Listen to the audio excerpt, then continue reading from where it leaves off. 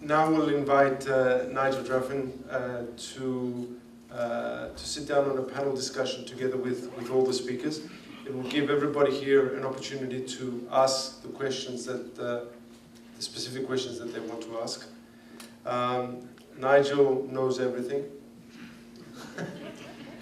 He's a consultant, an author, and a lecturer. He's been at sea for many, many years, and he does this all the time. So, you know, he gets perception from all around the world. So if somebody can wrap it up, it's Nigel. So I invite all the speakers to come up, please, and please get ready with your questions. If you can't do the question through the app, we also have microphones, so we can do it the old-fashioned way. It's not a problem. Okay, thank you. I think we're ready to go. You have now a selection of specialists in front of you. You've listened to what they had to say about what we have to look forward to.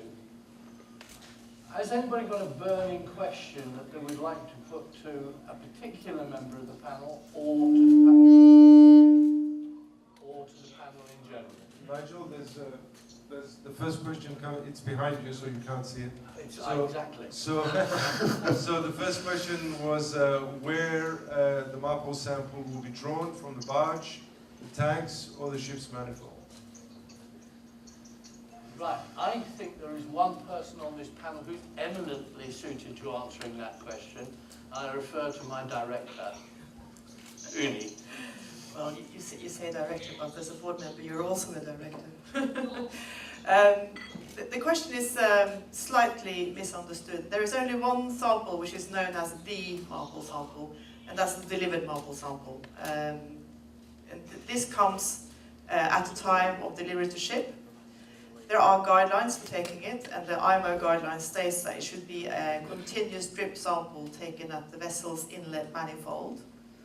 However, we know in practice, because this is just a guideline, and as such it's not a regulation, it's not a mandatory requirement. The sample is a mandatory requirement, but exactly how it's drawn is not a mandatory requirement. So the preference is to follow the guidelines, but it can also be taken during delivery at the barge, outlet manifold, or anywhere along the hose, but it needs to be a continuous drip sample so that it's representative of what's delivered to the ship.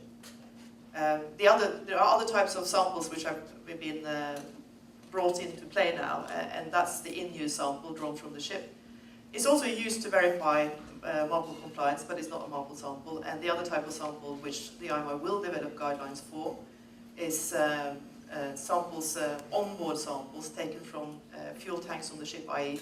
somewhere where you have fuel intended for use.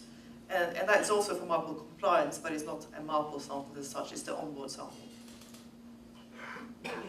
Any other panelists want to add to that? Yeah. Okay, Naeem. Just adding to what Unni said, the thing is actually industry is too concerned about where to take the sample, and I think that our focus should be how to take the sample, and focus should be the sample should be representative. Yes, if that is done, in my experience as well, and also in the fact that if it is taken either side of the hose, it doesn't really make any difference at all. Even if you consider the whole of the fuel delivery pipe is full of water or full of anything crap, it doesn't make any difference at all. So I think that the focus should be in discussion with the supplier. Focus should be one sample, and it should be taken during the delivery and as per the the instructions laid out by the IMO or bunker drip sample, and that's it. I think that will hopefully curb this question in future. I'm really pleased to see that another marine engineer on this panel agrees completely with me. It doesn't matter which end of the hose it is. And I also totally support that principle. It's the sample is taken properly and that it's witnessed. That's the key. But when I say the preference is to follow the IMO guidelines, that is the preference expressed by large swathes of the shipping industry, at least the shipping organizations at the IMO. Yeah. Us engineers were in the minority. So there are another. These questions are for Eleni, but of course anybody can answer them. So how accurate can be the price predictions right now? Do we have enough data?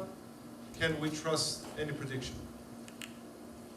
I think, this is I think that you'll notice that I didn't actually give you a price of 0.5% fuel in my presentation. And that's kind of the general kind of view of the market. Why would you want to put a value on 0.5% fuel when there's so many different factors that still haven't been addressed in the market, so many things that are changing? I think as much as everyone wants to know the price of 0.5% fuel yesterday, in reality, the market should be focusing on other factors like testing the fuels, making sure they're available and stuff. And yes, okay, we will have a forward curve in a couple of months, which will give us a better indication of where the market is actually trading the product and where they see the value of 0.5%. But to give an actual prediction of 0.5% fuel today, and as you all know, there's so many kind of political and economic instability issues that arise in the market, it's too difficult to give you a flat answer. And there are estimates out there, but I don't feel confident enough to share them. Anybody else got comments on the problem of predicting the price? Yes, I think that even when we will be able to have this fuel really in the market being delivered, it will take some time to have the real prices, because we might even have quality issues in short term, which might influence, offer and demand case. So it will take time. Okay, shall we move on to the next question? Next question. Yeah. Which part of the world is better prepared for the post-2020 era? It depends who you speak to. If you speak to a refiner, refiners are prepared. For example, Exxon seems to be very prepared. Asia seems to be the most confident region. They've got the 0.5% ECHA zone already. It's being tried and tested today at 1 year ahead. And additionally, the areas that have the ECHA zones, the 0.1% ECHA zones, people are used to complying with lower sulphur fuels. It's just for a more prolonged period of time and on the high seas. So on paper, the Mediterranean, for example, an area that isn't used to complying with a 0.1% regulation, that's an exciting area to focus on, because there is this new element that's going to be added to the picture. But Asia, well prepared. Europe, well prepared. Latin America, different question. Anyone else want to add?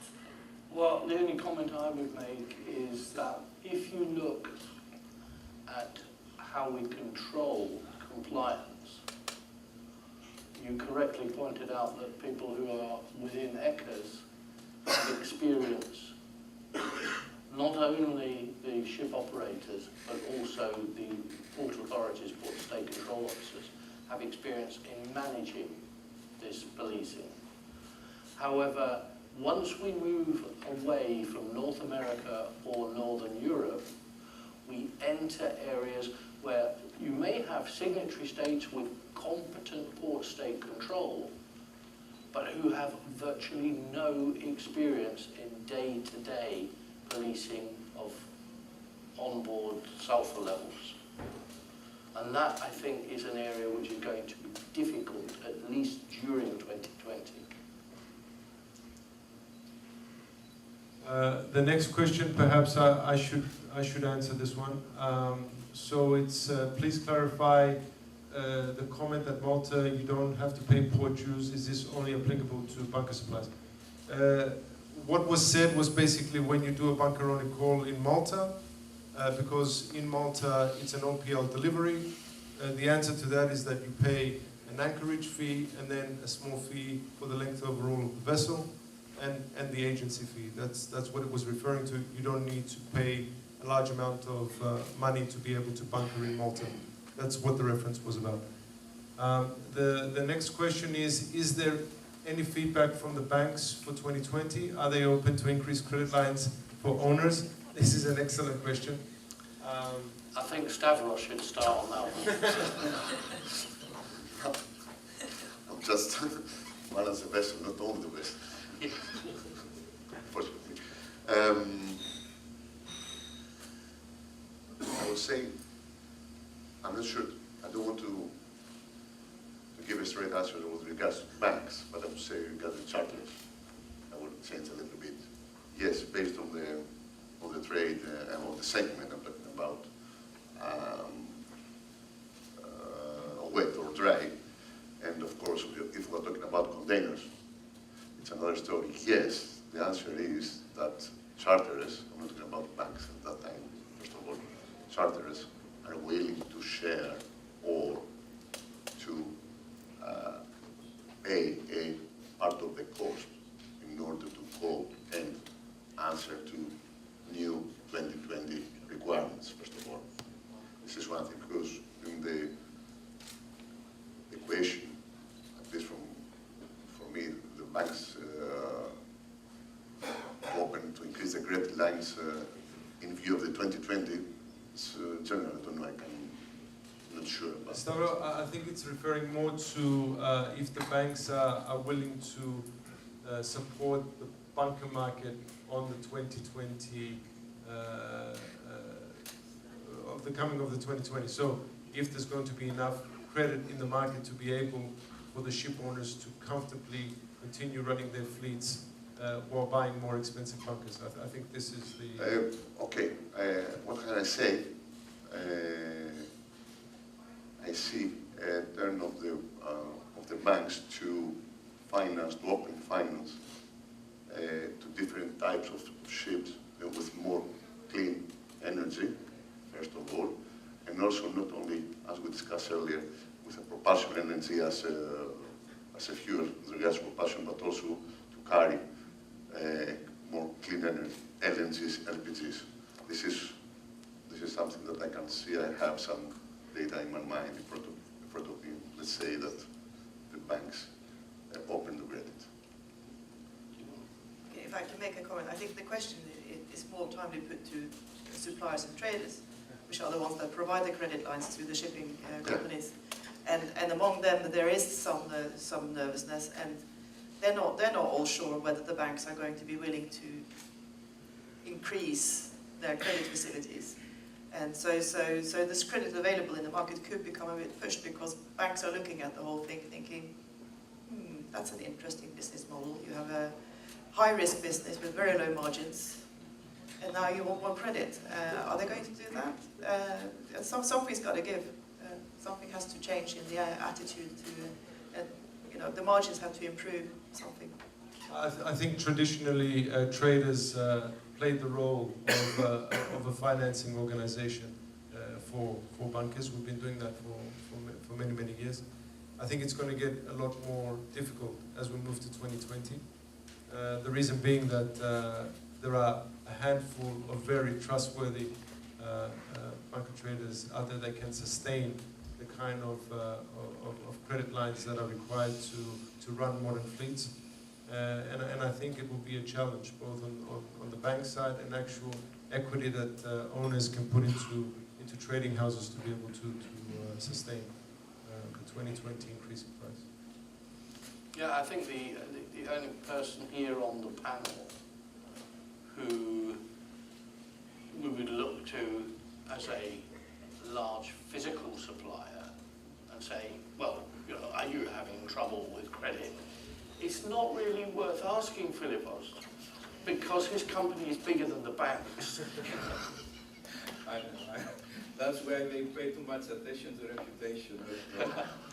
We first have safety and quality, so stock is very high, and then everything else. The next question is technical, so maybe Naeem would... Yeah, I think this is definitely for Naeem. Naeem, can you see that? What level of cat fines do you expect to see in the 0.5% sulphur blends in 2020? Simply, I don't know, but this is the fact. Actually, it depends. There are two type of things. Out of about 3 million barrels per day, approximately half may be produced through refining practices. Yes, and that's where the high risk area is, which actually blends the mix. The rest will be blended by currently the news is that it will be blended by mixing the gas oil and HFO. Yes. So what we have seen in the data so far is that irrespective of what you actually order, the fuel will be compliant to ISO 8217. But as I said, that it may not be compliant to 2010. It will be compliant to 2005. So we see more percentage of the bunkers having the cat fines in the region of 50 to 80. Before it was more 10 to 30 or 40. Can you explain why the new fuels will be judged on 2005 rather than on 2017, No, not which is the current yeah, standard. yeah. No, not the judged actually, because what data says that we have more percentage of fuels where very low sulfur fuel oils with sulfur content of 0.5. They have increased number of cat fines, but within the range of 2005 version. Yes. So up to 80. Up to 80. So it will be, and up to 80 means that it will be compliant on 2005. Maybe if you ask for 2010, they may brand it down and put the price up, but I think that will be more costly there maybe. You want to make a comment? Yes, I just want to say, I don't want to present it like there's no way to act beforehand, but apart from cat fines, we all experienced the recent Houston story with the Houston fuel. We studied this extensively, CIMAC studied this extensively. They didn't come out with a conclusion that there was a clear violation. More or less, they speculated. They didn't come out with a conclusion on what was 100% wrong there. So the point is that there might be problems, so it's good also, as I said, to have some monitoring tools to be able to detect problems as soon as they appear. The next question has to do with LNG. So what is the calorific difference between LNG and 3.5% RMG 380? If you have an Aframax, for example, how much LNG would you have to bunker compared to RMG 380 of the same voyage? Right. Do you want to tackle that? Or I can tackle it? I can say more about LNG. LNG is, has a calorific value of around 10,000 kilocalories per cubic meter of natural gas. Natural gas is 600 around cubic meter of LNG, 600 cubic meter of natural gas. So it's mathematics. I don't know exactly the answer. But It's, this is something that I get asked a lot and have written about quite a bit.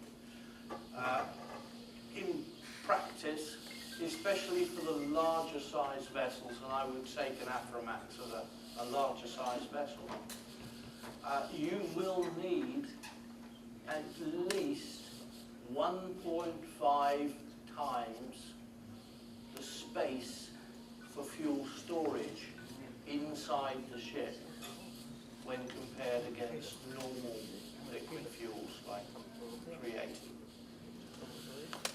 It does depend on the technology you use to store the LNG, and as you go for bigger ships, so once you get up to Cape-size bulkers, VLCCs, very large container ships, we're more likely to see what are called membrane tanks, type B tanks in IMO speak, type A and type B tanks.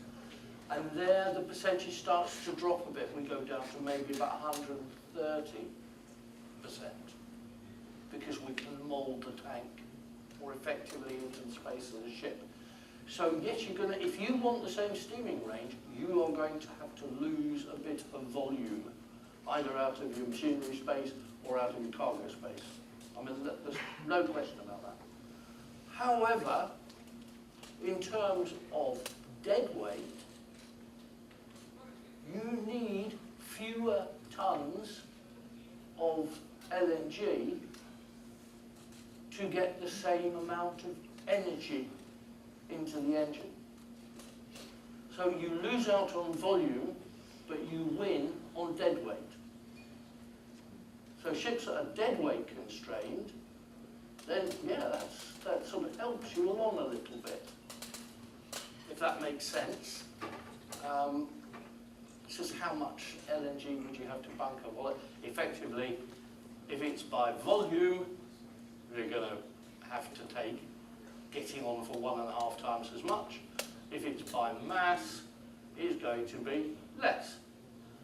The big problem is, if you're talking about big ships, you shouldn't be buying it either by volume or by mass. you should be buying it by energy, because that's the only sensible way to make the comparison between using heavy fuel oil, using marine gas oil, or using methane. Absolutely. Next one. Mention was made for LNG bunkering Limassol. From where is this supply foreseen? That's definitely Yeah. you. Yeah, for Limassol, the supply mainly is expected from the FSIU, which will be in place in Cyprus. But of course, for a transition period, any supply from any other place can be foreseen. In any case, it is expected that the LNG bunkering facilities, not only in Cyprus but also in Greece, will be in place after the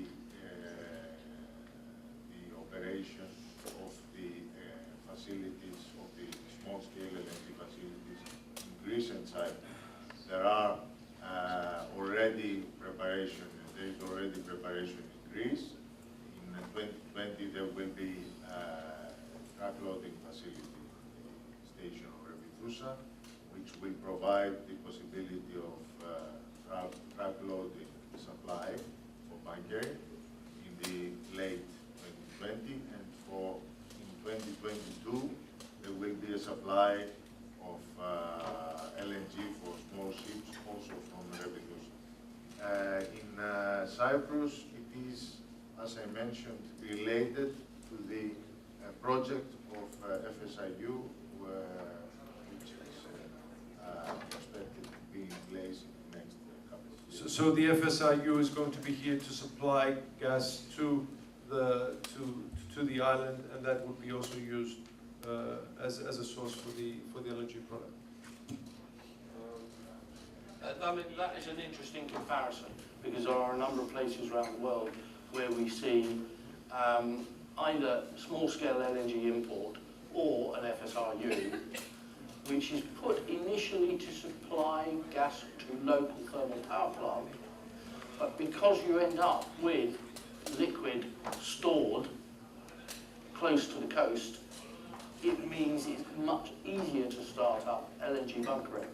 And we're seeing examples, and the most obvious one is Gibraltar. But there's work going on in the Caribbean and the Canaries as well. This is also the case in Greece. Of course, we mentioned that in Cyprus it will be the case, because in any case for Cyprus, the FSIU, the first commercial target of the FSIU in Cyprus is for power generation.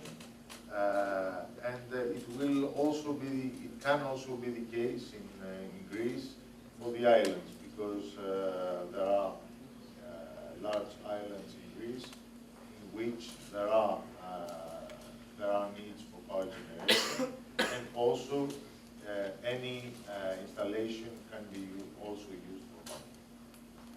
So we have time for one more question. I think the second one is quite interesting, and I would also like to know the answer to this. How will vessels prepare to manage proper disposal of scrubber waste? And I think we should add to that, if there are enough facilities to accept this kind of sulfur sludge that is going to come out of these scrubbers.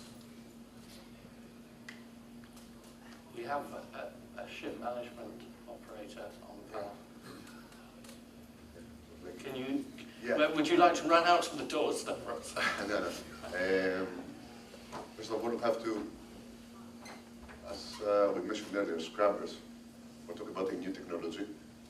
We're talking about uncharted waters here.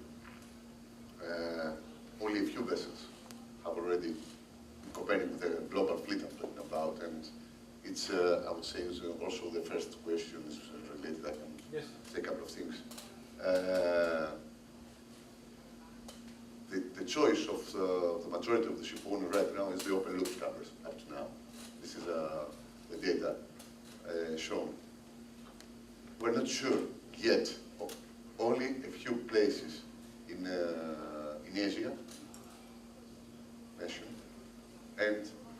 some in Nordic part of Europe. Otherwise, we cannot say that we have all the facilities in place. And this is the problem. And this is a problem. Trying to say a couple of things from the first questions. If the global fleet is ready for the 2020, my personal opinion and from the feedback discussing with other ship operators worldwide is that no.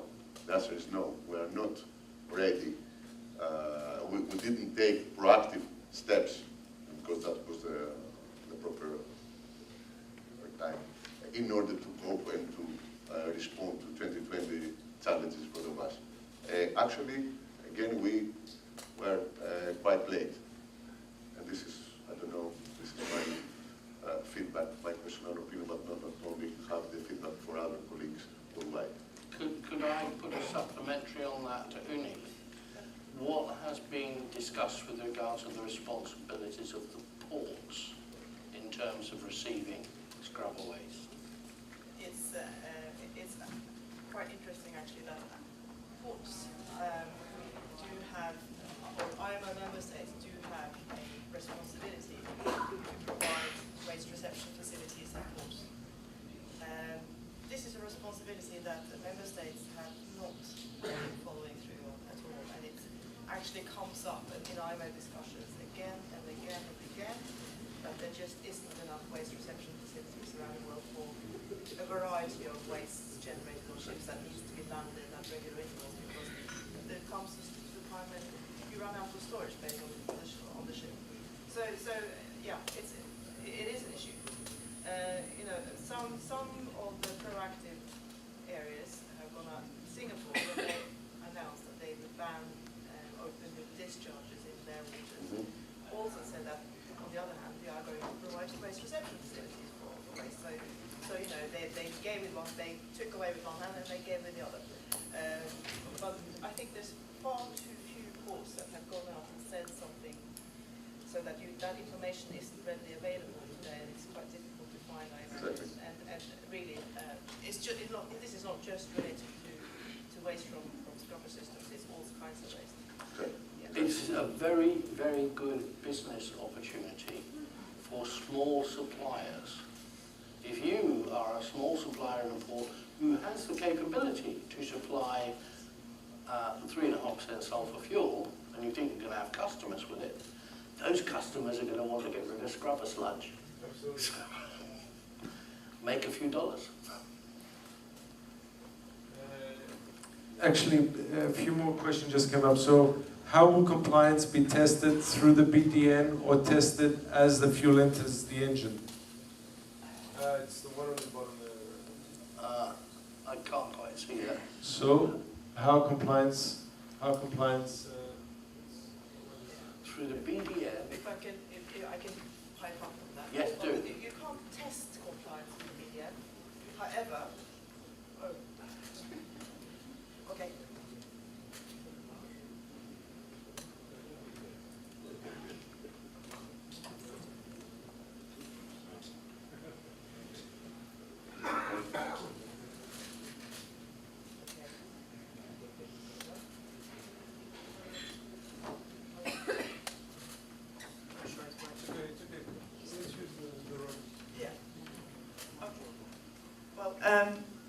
You can't test for compliance with BDN because the BDN just states the sulphur content as the information provided by the supplier.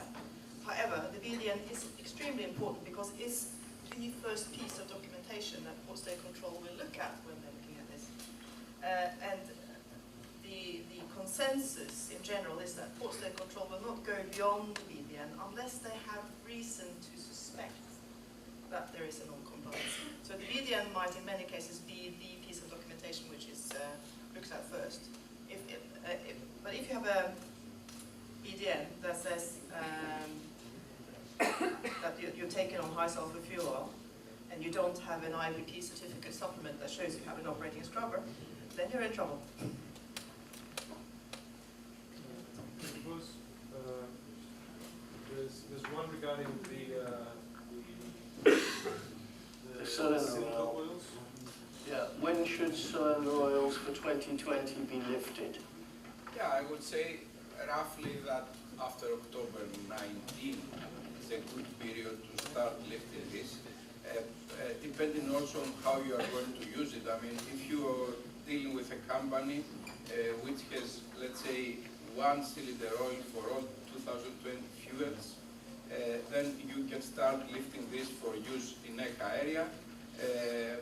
Otherwise, if it's separate, yeah, you can handle accordingly. But overall, I would say that you should handle your ROBs, ECA ROBs of fuel, of cylinder oil, and ROBs of cylinder oil of outside ECA as of now, so that by end of October, they are going quite low, so you can start progressively to lift the new cylinder oils. I don't know, some companies, as I have here, might try, let's say, to trial or experience the new fuels also by that time, before January, and not wait for that time. So you should combine in this last quarter of 19, but try to minimize your ROBs progressively until that time, I would say. There's a scary one underneath that. Well, how will all port state control inspectors globally treat sulphur content inspections at the same level? In other words, will all PSCs do their business in the same way to a level playing field? And provided nobody quotes me, I will say no.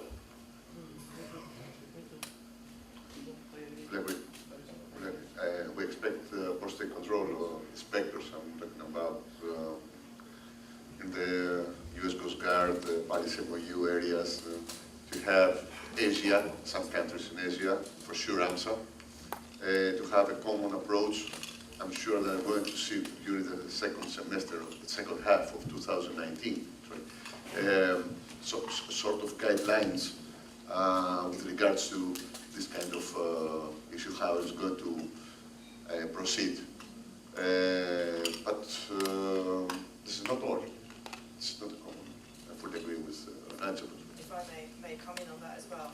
I mean, there are MOUs which will try to ensure that the port state controls within the MOU are doing something similar.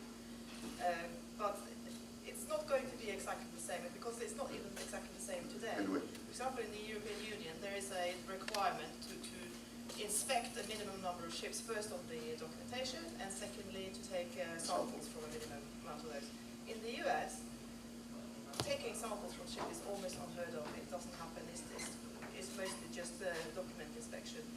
And it becomes a matter of resources, because port state control people have a huge checklist to deal with when they go on board a ship. And so the extent to which port state control is going to have the capacity to go into detailed inspections, that's going to vary as well. And if you go towards testing fuel, then they have to pay for fuel testing as well. So no, I don't think it will be the same. It will vary. Some countries will be more keen than others, and it depends on resources as well. And just thought something that, based on what Unni just said, we may see, I'm not sure, as each year we have a CIC, concentrated inspection campaign, always in the second half of each year. Maybe it would be an extraordinary, let's say, concentrated inspection campaign based on that, having the 10 key questions or 10, 20 key questions in order to avoid to be a specialized inspection based on that one in order to see the implementation. Could be, I'm not saying, maybe it could be good for the industry as well, from my point of view. But again, it depends on the MOU and the level of inspectors and the knowledge and everything. That's another story. Exactly, and just with regard to that concentrated inspection campaign, it's happening now. And it's awareness building. Yeah. And that awareness building with the port state control officers will mean that they have a better idea what to do. So it's part of the training, if you like. So this is positive. Yeah. But again, it does come down to individual states, how keen they are on doing this, and resources. Okay, so thank you very much. You have There was one that I thought you might like, to comment on as a closing question. And that was, how will the industry look when we meet for the 8th Bunkernet Conference? Yes, it will be in 2021. I think that generally the industry is going to change a lot. I think a lot of the players, both as suppliers and ship owners, the map is going to change very much. I think a lot of people will exit the industry, and I think there's going to be a lot of consolidation within the industry. I also think that there's going to be a lot of demand for credit, and I think credit is going to be one of the major factors going after 2020. I think it's going to be an issue where a lot of ships are going to be in ports, and because they don't have credit lines or they cannot prepay the fuel, they're going to be stuck. I think we're going to see cases like that. Because we do see quite a big difference in the prices of fuel, and I think that it's going to be survival of the fittest for the first couple of years at least, and then things are going to be a lot more clear after that. But it's a game changer. Make no mistake about this. This is the most important thing since we've moved from coal to oil. This is the next big step. That's our opinion. Anybody else on the panel want to comment on that? No, we're just making sure we've still got jobs.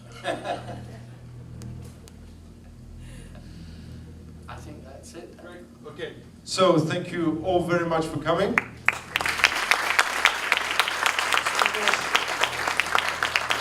you very much. We're going to have lunch now outside. Just to remind you, at 4 o'clock the exhibition opens inside. If you can stay, it will be great. The minister will be here to open the exhibition. So we hope to have you at the exhibition as well. Thank you very much for coming. Thank you.